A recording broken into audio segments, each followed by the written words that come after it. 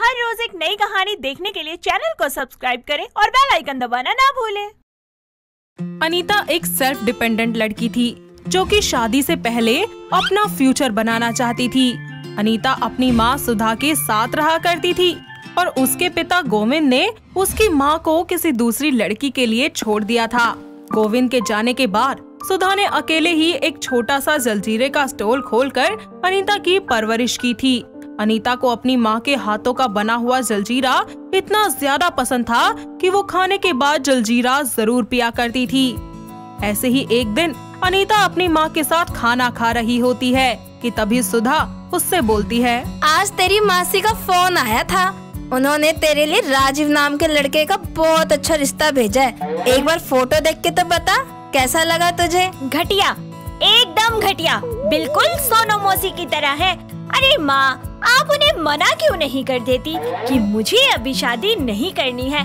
अरे अभी मैं इतनी बड़ी भी नहीं हुई हूँ कि दूसरे घर जाकर जिम्मेदारी संभाल लूँ। अरे और कितना बड़ा होना है तुझे, हद मचा रखी है तूने तो। माँ, हद ही कर दिया आपने तो। आपको पता है ना कि खाना खाने के बाद जब तक मैं आपके हाथों का बना जलजीरा न पी लूँ ना, मेरा खाना हजम नहीं होता। पता है मुझे, पर तेरी माँ के हाथों में अब इतनी ताकत नहीं है जो तेरी हर ख्वाहिश पूरी कर सके। माँ, बातें मत बनाओ, मुझे सब पता है। मैंने रिश्ते के लिए मना कर दिया, इसीलिए आप ऐसे कर रही है ना। जब सब पता ही है तुझे तो मान क्यों नहीं जाती मेरी बात? मैं क्या चाहती हूँ क्या नहीं आप बहुत अच्छे से जानती हैं। आपको दूसरों की फिक्र है, मेरी नहीं। इतना बोलकर अनीता गुस्से में वहाँ से सोने के लिए चली जाती है। अनीता बहुत कोशिश करती है लेकिन उसे नींद नहीं आती। उसको ऐसे करवटें बदलता देखकर सुधा को बिल्कुल भी अच्छा नहीं लगता और वो उसी वक्त जाकर उसके लिए जलजीरा बना लाती है और उससे कहती है, नहीं आएगी तुझे नींद जब तक मेरे हाथ का तू जलजीरा पानी नहीं पी लेती। जब आप बदल सकती हो तो बदल लो ना अपनी आदतें। अनीता की बात सुनकर सुधा जलजीरे का गिलास वहीं रखकर चली जाती है। अपनी माँ के जाने के बाद उसके मुंह में पानी आने लगता है और वो उठकर अपनी माँ को देखती है, साथ ही जलजीरे का गिलास उठाकर बोलती है, पूरी दुनिया बदल सकती है पर मैं नहीं। लाजवाब जलजीरा, वो भी माँ के हाथों का। इतना बोलकर वो जलजीरा पी लेती है। तो वही सुधा ये सब कुछ देख लेती है और अगले दिन सुबह जल्दी उठकर उसके ऑफिस के दोस्तों के लिए भी जलजीरा बना देती है। अनीता सुबह तैयार होकर अपनी माँ से कोई बात नहीं करती और अपना लंच लेकर ऑफिस चली जाती है, जहाँ लंच में वो देखती है कि सुधा ने उसके सभी दोस्तों के लिए जलजीरा भेजा है। अनीता अपने सभी दोस्तों को अपनी माँ के हाथों का बना हुआ जलजीरा देती है, जिसके बाद वो सभी उसे पीकर उसकी और उसकी माँ दोनों की बहुत तारीफें करते हैं। जलजीरे की तारीफें सुनकर अनीता को बहुत खुशी होती है।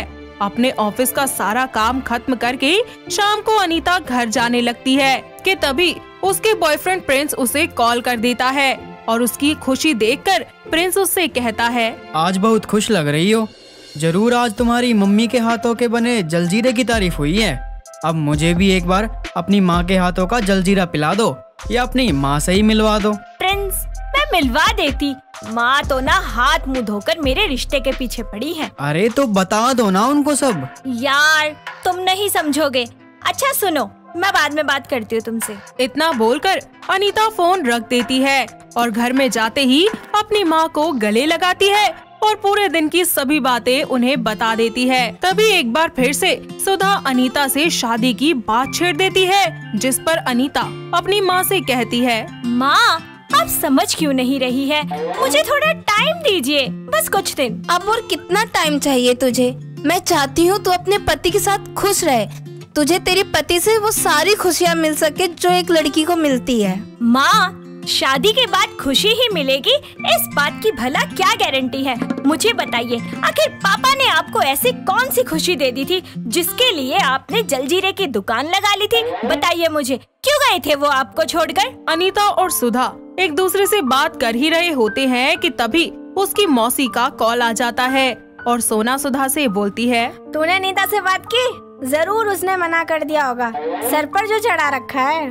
चढ़ा तो तूने भी रखा है अपने बेटे को। अरे तेरे बेटे को ना तेरी इज्जत है ना अपनी बीवी की। इतना बड़ा हो गया पर फिर भी अपना खर्चा वो आज भी तुझसे ही लेता है। अगर मेरी बेटी मुझसे थोड़ा टाइम मांग ही रही है तो इसमें गलत ही क्या है? आखिर वो अपने पैर पर खड़ा होना चाहती है, इसमें प्रॉब्लम ही क्या है? सुधा की बात सुनकर सोना फोन काट देती है। तो वहीं अनीता ये सब देखकर खुशी से अपनी माँ को गले लगा लेती है। थोड़ी ही देर के बाद जाकर अपनी माँ के लिए बिल्कुल अपनी माँ की ही तरह वो जलजीरा बनाकर लाती है और दोनों माँ बेटी उस जलजीरे को स्वाद ले लेकर पी रही होती हैं कि इतने में प्रिंस का कॉल आ जाता है, जिसे सुधा देख लेती है और फिर वो अनीता से कहती है, ये प्रिंस कौन है? मेरा बिजनेस और लाइफ पार्टनर। अच्छा, तो ये है वो जनाब जिसके वजह से तू शादी नहीं करना चाहती। सुधा के पूछने पर अनीता उसे सारी सच्चाई बता देती है और प्रिंस से उसे मिलवाने के लिए भी कहती है। कुछ ही दिनों के बाद प्रिंस अपनी माँ चेतना को लेकर अनीता के घर रिश्ता पक्का करने के लिए आता है। दोनों परिवार वाले आपस में बातचीत करके रिश्ता पक्का कर देते हैं और फिर 1 महीने बाद उन दोनों की बड़ी धूमधाम से शादी हो जाती है। शादी के बाद अनीता अपने ससुराल में भी जलजीरा बनाया करती, जो कि उसकी सास को बहुत ही ज्यादा पसंद था। ऐसे ही एक दिन चेतना अपनी बहू को बुलाती है और बोलती है, अरे बहू, जरा अपने हाथ से जलजीरा तो पिला दे, सुबह से पिया नहीं मैंने। जी माँ जी, अभी बनाती हूँ। अनीता जल्दी से अपनी सास के लिए जलजीरा बनाकर ले आती है और उनको देती है, जिस पर चेतना बोलती है, वाह बहू, मजा आ गया आज तो। मेरा तो मन करता है कि सारा दिन यही पीती रहूं, पानी ना पीऊं। अरे नहीं नहीं माँ जी, जरूरत से ज्यादा पिएंगी तो आपका पेट खराब हो जाएगा। अरे कुछ नहीं होगा मुझे। अच्छा तू एक काम कर, घर में जितनी भी बोतलें रखी हैं पानी की, उन सब में तू जलजीरा भर के रख दे। और हाँ, इस बात पे कोई सवाल जवाब मत करियो मुझसे। अनीता बिल्कुल अपनी सास के कहे अनुसार सभी बोतलों में जलजीरा भरकर उन्हें फ्रिज में रख देती है और चेतना वो सारा जलजीरा पी जाती है। वक्त यूं ही बीतता जाता है और इसी तरह चेतना रोज रोज अपनी बहू से जलजीरा बनवाती और उसके मजे लेती रहती। और एक रात जब अनीता सो रही होती है तो उसके पेट में जोर से मरोड़ा उठता है और वो जल्दी से वॉशरूम की तरफ चली जाती है। जैसे ही वो बाहर आती है उसके पेट में फिर से मरोड़ा उठता है। इसी तरह बेचारी सारी रात वॉशरूम के ही चक्कर लगाती रहती है और वहीं पर ही बेहोश हो जाती है। सुबह जैसे ही अनीता अपनी सास के कमरे में आती है तो वो अपनी सास को बेहोश देखकर उसे जल्दी से हॉस्पिटल ले जाती है, जहां डॉक्टर उनका इलाज करते हैं। और कुछ ही देर के बाद जब चेतना को होश आता है तो अनीता उससे मिलने जाती है और डॉक्टर उसे बताते हैं, जी देखिए, जरूरत से ज्यादा मसाले वाला चटपटा पानी पीने की वजह से इनको लूज मोशन हो गए थे और इनकी बॉडी से पानी कम हो गया था।